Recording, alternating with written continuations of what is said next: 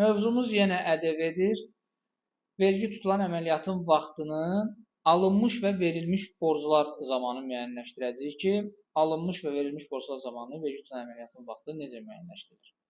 Deyək ki, XMMC, YMMC 2026-cı ilin iyulunda 15.000 manat dəyərində xidmət təqdim edib. Xidmətin dəyərini YMMC 2026-cı ilin avqust ayına qədər ödəməyib.